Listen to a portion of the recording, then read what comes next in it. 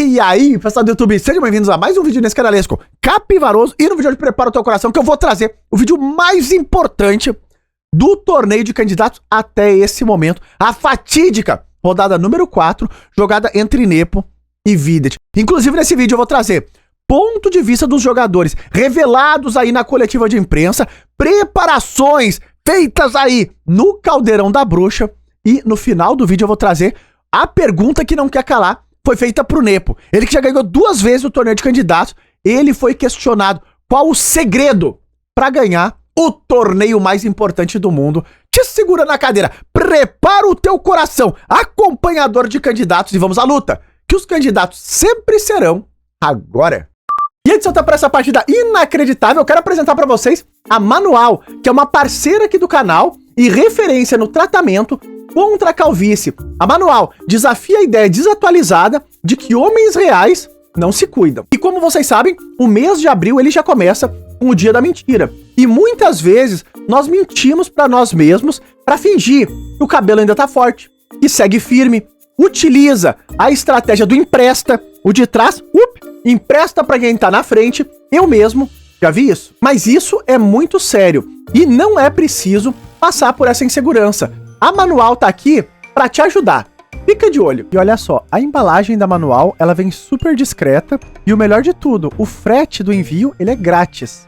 E o tratamento é comprovado e personalizado, feito por uma equipe médica de forma ilimitada. E o tratamento da Manual não é só pra quem já tá calvo, ele funciona também no princípio da calvície. Como vocês sabem, talvez o meu caso. E é muito importante que o tratamento ele seja contínuo e os resultados costumam ser mais visíveis a partir do 4º mês de tratamento. Então, se tu ficou interessado, é só clicar no link que tá aqui na descrição e colocando o cupom do canal 40Rafael, tu ganha ainda 40% de desconto no primeiro pedido. Agora corre lá, que é tudo por tempo limitado. Isso não pode ser mal, jamais. Uhul! Então, pessoal, aqui estamos nós e de brancas estava o russo Nepomniachtchi contra Videt. E nessa parte, o Nepo é agressivo. Começou, foi com ele mesmo. Fica de olho. Equatrino, favorito de Bob Fish. Eita lá. Uma berlinesa é a escolha do Videt. Agora, eles não jogam com qualquer berlim. É a clássica. Vai direto pro finalzão, olha lá. Depois da troca, vem a tomada em C6, a tomada em E5 e a troca das damas. É a raiz da berlim que está sendo jogada aqui no candidato. Observem que o Nepo, ele vai botar uma preparação feita pela equipe dele. Vou mostrar pra vocês o momento exato onde foi revelada a preparação, tá? Aqui, cavalo C3 ele jogou e o Videt jogou o plano com bispo D7. Podia jogar com rei E8 também, os dois planos são normais. Ele quer passar com bispo D7 o rei pra casa de B7. Vamos ver como segue a partir daqui, ó. Lá jogou H3, H6 agora, já controlando o cavalo G5, tem um duplo linha F7, uma coisa que incomoda. G4 e depois de cavalo E7 aqui, o Nepo revelou na coletiva de imprensa que vem a preparação dele, o lance cavalo H2. Ele disse que a equipe dele preparou isso daí, passou pra ele as ideias e ele vai jogar. A ideia, ela é bem direta. Ele quer jogar F4 e já começar a avançar a maioria lá, o 4 contra 3 que ele tem aqui no flanco do rei. Mas o Videt reagiu. Ele jogou aqui o lance G5. E o Nepo comentou que não pode não jogar F4 nessa posição. Então jogou. Veio a troca. Só que aqui, claro, cria alguns buracos também na posição das brancas, também não é Disneylândia. O peão de E5 ele fica isolado, tem que ter cuidado, o bispo G7, cavalo G6, já tá atacando esse peão. O Videt aqui seguiu jogando os lógicos, ó, melhorou um pouco o bispo dele, já bloqueou aquele peão isolado tá ali, o Nepo centralizou o cavalo, agora B6 pra dar a casa de B7 pro rei. O rei vai pra aquela casa em algum momento, que é normal na Berlim. Olha como o Videt gastou tempo, ele não conhecia, né, o cavalo H2, teve que calcular ali, meio que na unha. O Videt é um jogador que vem se apurando bastante no relógio. Cavalo F3 volta esse cavalo pro jogo. C5 controlando os saltos do cavalo.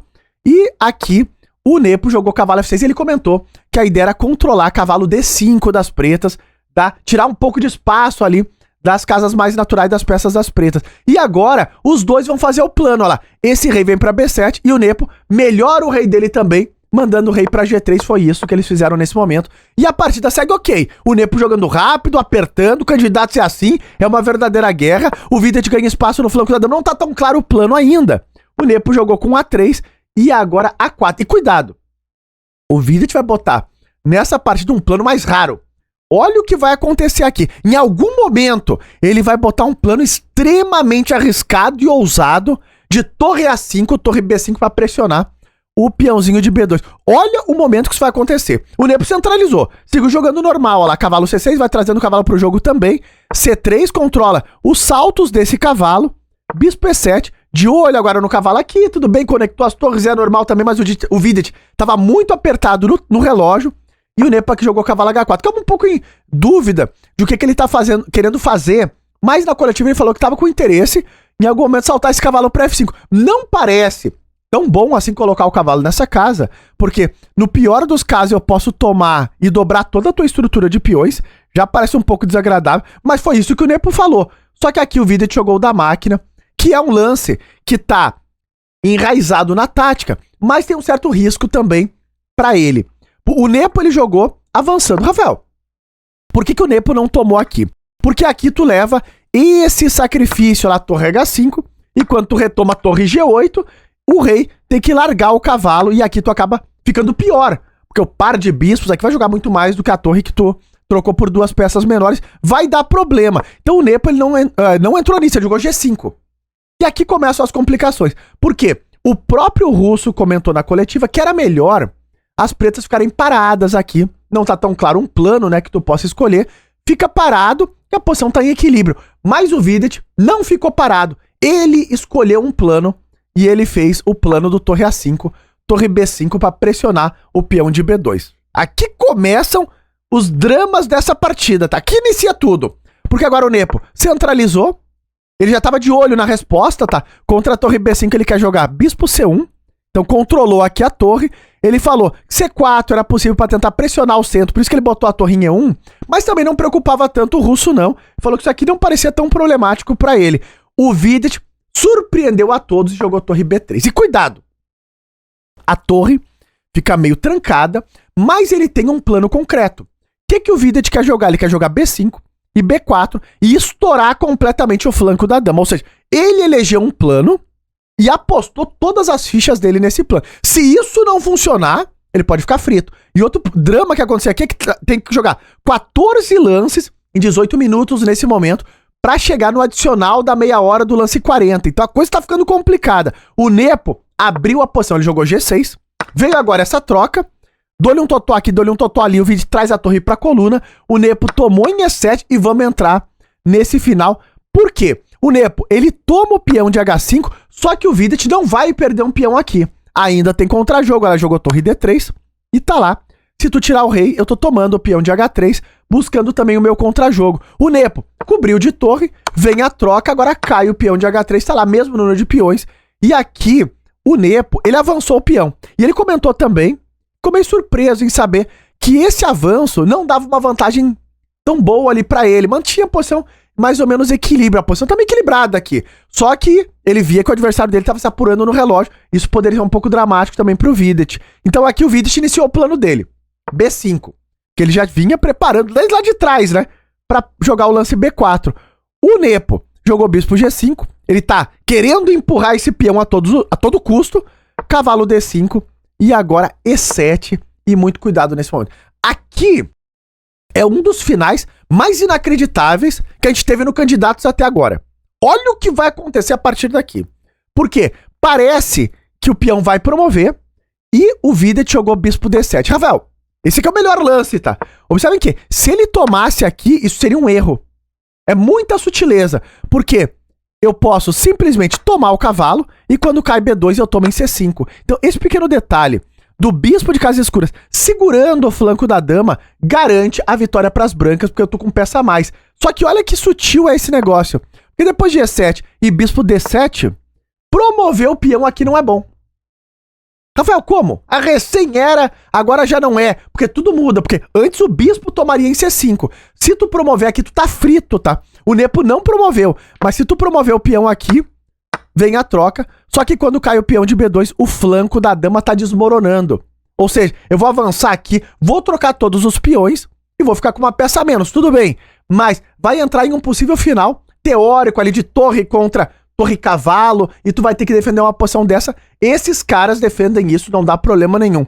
Então vejam que não é a Disneylândia jogar esse final. O Videt acertou o fino, bispo D7, ele viu a variante, só que o Nepo seguiu jogando os melhores. Aqui é tudo meio forçado, tá? Ele jogou torre D1.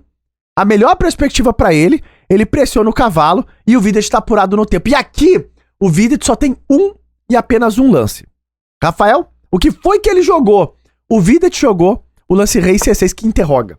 Mas veja uma dificuldade também nessa posição. Por exemplo, se tu jogar um lance aqui, que parece razoavelmente natural, que é o lance C6, segura o cavalo, o bispo tá controlando a casa de promoção, tu perde a partida nessa posição por causa de cavalo F6. É tudo meio que forçado, tudo meio que no fio da navalha.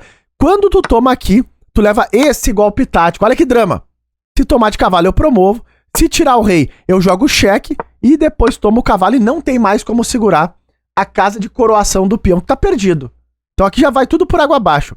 O drama todo é que o Videt teria que ter encontrado nessa posição um lance bispo C6, que também parece um pouco problemático, mas tudo meio que se salva pras pretas. Tu não tem o torre por D5 pra desviar o bispo, porque o rei tá na casa errada. O bispo vai tomar com cheque e volta pra segurar E8. Então aqui tu pode tentar o lance rei G4, tirando o rei do cheque. O Nepo comentou sobre essa linha, só que ele aguardava bispo D7, e dele botaria o rei aqui numa casa escura, ameaçando tomar o cavalo. E claro, tu não pode voltar com o bispo, senão agora sim, tu leva o tema do desvio, mas aqui tu tem rei C6 e inacreditavelmente as pretas se seguram.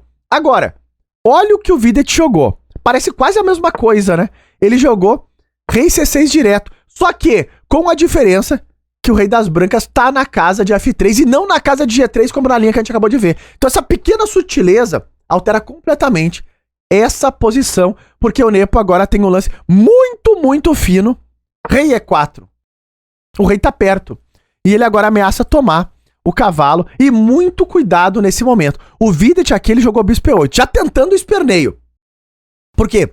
Se tu jogar um lance só defendendo o cavalo, tu já leva esta bomba completamente extraordinária. Olha que final tá sendo jogado aqui no Candidatos. Se tu tomar de cavalo, eu tô promovendo, e se tu tomar de rei, tu tá levando esse cavalo G7 e não tem mais como segurar a casa de promoção. E a torre não tá fazendo nada, olha lá. Aquela torre em B3 foi um problema grave aqui. Gravíssimo. Não participa da partida. Então o rei E4 foi jogado. O Videt esperneou. Ele jogou bispo E8, contra-atacando o cavalo. E agora o Nepo, pá! Torre toma D5. O Videt não vai ficar com peça menos. Ele tomou o cavalo em H5. E agora o Nepo volta a trancar a torre ali em B3. Olha que drama que virou esse negócio. E ao mesmo tempo que ele tranca a torre, ele ainda ameaça tomar o bispeto. Bom, o Videt defendeu, ele jogou com cheque. O Nepo manda o rei mais pra cima. Agora o Videt, depois de tanto tempo, ele consegue executar o plano dele. Chegou o B4 pra quebrar, desmantelar esse flanco da dama. Só que olha o lance que o Nepo jogou aqui. Eu não quero ser exagerado, mas estão gritando aí que é lance de campeão do mundo. Eu não quero ser exagerado. O Nepo jogou rei F6, totalmente brilhante. Olha que lance. Ele largou a torre, apostou tudo na coroação do peão. É um lance artístico. O Videt, nesse momento, ele não tomou a torre, ele voltou o bispo pra zaga. Por quê? Se ele tomar a torre, eu tomo o bispo e tu não segura mais a casa de promoção. Tudo tá se encaminhando. Os caminhos estão se abrindo pro russo, hein? Jogou rei F6, um lance muito bonito. Jogou bispo E8, agora voltando aqui o Videt. E agora a torre D8 tá lá, o bispo tá ameaçado, o Videt tentou uma linha de esperneio, ele tomou em A3, inclusive, tomar em E8 ganha o jogo, tá? Mesmo contra 2 das pretas, tem uma linha de mate, o Nepo falou que na coletiva ele não conseguiu encontrar o mate, mas ele pensou, não tem por que me arriscar nessa posição, dá pra jogar bem sólido, ele só tomou o peão de novo, manteve a ameaça aqui, e depois de bispo D7, o Nepo jogou o lance rei F7, e aqui o Videt abandonou essa partida extraordinária. O russo está de volta. Rafael, calma lá. Por que o Videt, primeiro, não jogou nessa posição, por exemplo, com o bispo H5? Olha o que acontece, tu leva a torre H8 e o bispo tá atacado e não consegue se manter na diagonal, segurando a casa de promoção do peão. Então, o final, ele é todo artístico, ele é todo bem entrelaçado. E outra dúvida que pode surgir aqui, depois de rei F7, é por que abandonou? Porque eu tô ameaçando tomar agora o bispo e promover o peão. E se tu tomar em C3, isso não te salva. Porque eu tomo aqui, Se tu tomar de rei, eu tô promovendo com cheque. E se tu jogar esse cheque, eu tenho rei E6. Segura a torre, ameaça a promoção e o bispo ainda segura o cheque na casa de E3. O russo vem terrível. E logo depois dessa vitória, o Nepo saltou pra liderança dos candidatos e ele foi questionado aí na coletiva de imprensa de qual o segredo dele pra ganhar os candidatos. Ele que já ganhou 2 vezes, talvez ganhe a terceira. Olha a resposta do russo. Well, tomorrow is a free day, so how do you feel about that? Wonderful. It's my favorite day of the tournament. By far. And well, you won the previous 2 candidates. We all know that, of course. Now you're already a leader, on the path, perhaps to win the 3rd one. I know you will say that it's too early to judge. But still, what is it about you and the candidates? What is your secret in these tournaments? There is no secret. I'm just trying to play. I mean, I've been asked this question before, and I don't think I can invent some new revolutionary sort of answer. I mean, really, it's like I do what I normally do. So maybe I prepare a little bit more, and I take it slightly more serious than regular round robin. But that's probably because it's like one of a kind tournament. E tá no ar a precisão desta guerra que foi travada no candidato. Observem que o Nepo jogou próximo de 98%, mas jogou como uma máquina terrível. O Vidic acabou tendo a pressão afetada, porque nesse apuro aí do relógio ele acabou cometendo alguns erros. O plano para mandar a torre para B3 também não foi muito fino, e ele teve problemas aqui. Observem que marca o erro da partida do rei C6 e uma chance perdida ali pro Nepo, aquelas ideias de mate ali que não precisava calcular com todos os detalhes, né? Fica de olho nos resultados atualizados do torneio nesse momento. O líder é o Nepo. Comenta aí embaixo, será que o Nepo arrebata mais uma vez o torneio de candidatos e que vem a Dingley? Tamo de olho nisso daí. O Nepo lidera. Na segunda colocação vem o Hugo Cash, Fabiano Caruana, Praggnanandhaa e Nakamura, que empataram ontem o Pragna e o Naka.